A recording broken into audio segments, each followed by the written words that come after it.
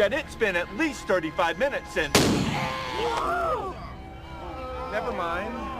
Now that's a damn shame, that happening on Take a Mexican to Lunch Day and all. What up, y'all? Hey, it's PJ, I'm back.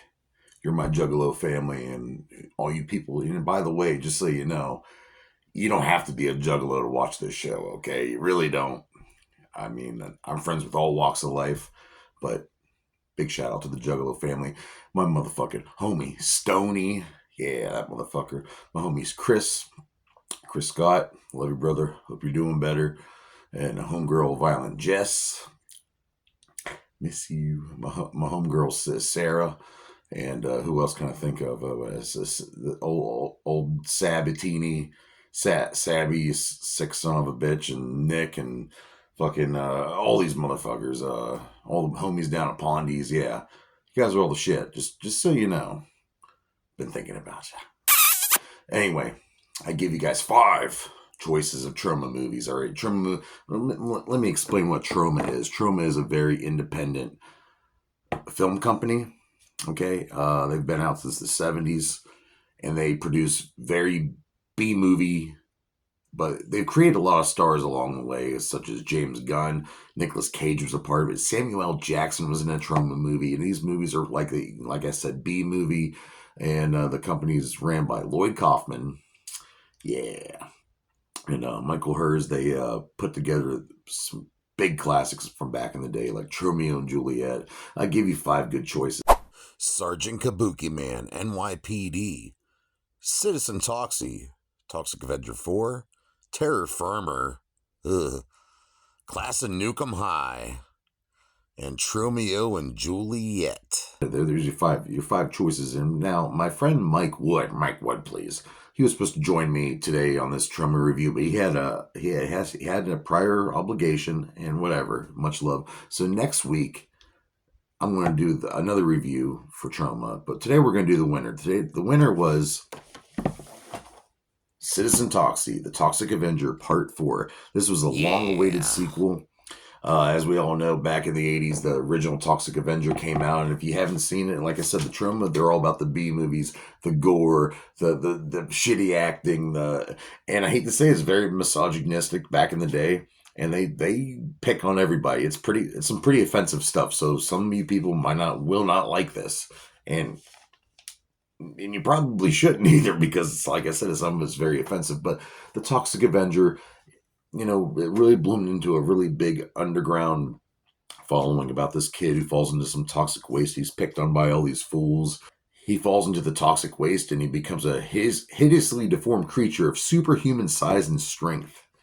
And he goes around killing all the bad guys in cool fashion, of course. And they spawned 2 sequels, which were a little different, a little more cartoony.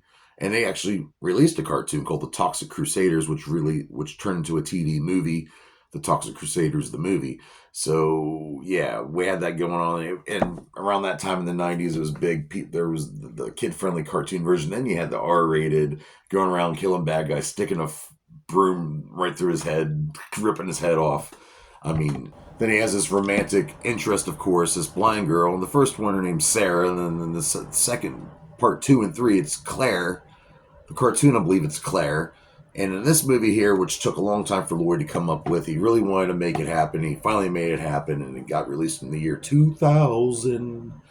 And it didn't get a DVD release until 2003. And quick, before I get into the rest of this movie review, I want to be egotistical for a second. I had the fucking pleasure of meeting Lloyd Kaufman in 2002. Yeah, a long time ago. I was 18 in high school, about ready to graduate.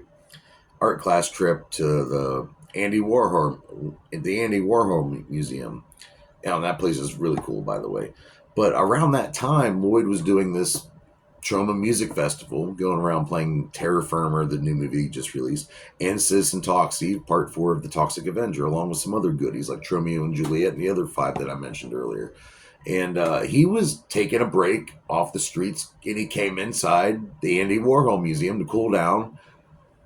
And, 18-year-old PJ Bozak, I know who he is. I had the Toxic Avenger Part 1 and 2 on DVD. They didn't release Part 3 yet. And I started talking to him, and he was just like, it was like meeting Stan Lee. It really was, you know, to me it was. And he was really humble, really cool. But he was like, he was selling the music. Hey, you know, if you want to have your parents drop you off, you know, at a place you and your parents can see these movies. I'm like, oh, that'd be great, but I know they don't want to see these movies. But my dad did let me. He did rent for me the Toxic Avenger Part 1, 2, and 3 at the video store when I was like 9 years old. So thanks, Dad. And but like, yeah, let's get into this. I got to meet Lloyd Kaufman, and I'll show you the flyer here that he gave me. This is a flyer right here that Lloyd gave me, and I still kept to this day.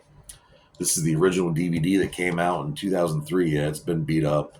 All my friends, all the No Clue crew guys, all of us, LJs, we would get together and smoke the Doja and watch Citizen Toxie. And my homies from Steamers and Frank and Trav, and oh man, this movie is really special to me. It's very special to me. And let's get into it. It is directed by Lloyd Kaufman. It is written by Trent Haga.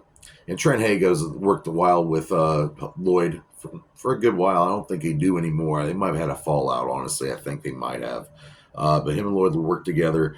Trent Haga did Killjoy 2, and he was also Tales from the Crapper, which is a movie I'd like to review one day, too. The budget was $500,000. They released it at different festivals, the Cannes Festival, and different times of the year throughout 2000 and 2001. Finally got a DVD release in 2003, like I stated earlier. And who stars in this motherfucker? Well, a lot of people star in this motherfucker, so bear the fuck with me. Okay, in the 80s and 90s, and the 70s too, Al Goldstein, the pornographic, he did Dirty Magazine, so Al Goldstein's in this movie for some reason. The twin comedy duo, Jason and Randy Schuyler, love these guys, always have. They're in this. They play these two newscasters who are glorifying violence on television. The Ninja Turtles creator, one of them, Kevin Eastman, plays this random biker that gets murdered. And this guy, let me say, I told you this movie, they do poke fun at the mentally challenged, but they poke fun at every single kind of person you could think of. Every color, every age, every sexuality. So just be forewarned, yes, it's offensive, but they pick on everybody, so don't feel singled out. But Michael Buddinger, he plays Tito, the mentally challenged guy who wants to stand up and fight with Toxie. Then Lisa Terazakis, she plays Sweetie Honey. They were both in the school. I'm not going to, Eli Roth plays this random citizen. If you know who Eli Roth is, he did Cabin Fever. He was in Inglourious Bastards. Great guy. Love him. Rotten Fruit for life, yo. Lemmy, Rockstar Lemmy, rest in power. He's in this movie playing himself. Paul Kerms played Sergeant Kabuki Man, NYPD. He was supposed to be a good guy, but he's a fucking creep is what he is. He's a drunk creep. And then we have Julie Strain playing a Tromadou model, and I think that was the wife of Kevin Eastman at the time. She's a big time. She was in the pornographic scene too, and all that, and also Heavy Metal 2000. Corey Feldman's in this fucking movie, playing this psychiatrist, he's a ovarian gynecologist. That's the word I'm looking for. Sorry, girls. Sorry. He played a gynecologist named Kinky Finkelstein. James Gunn, a very young James Gunn, before Super, before Brightburn, before the Guardians, before the Suicide Squad, before his rebranding of Detective Comics movies.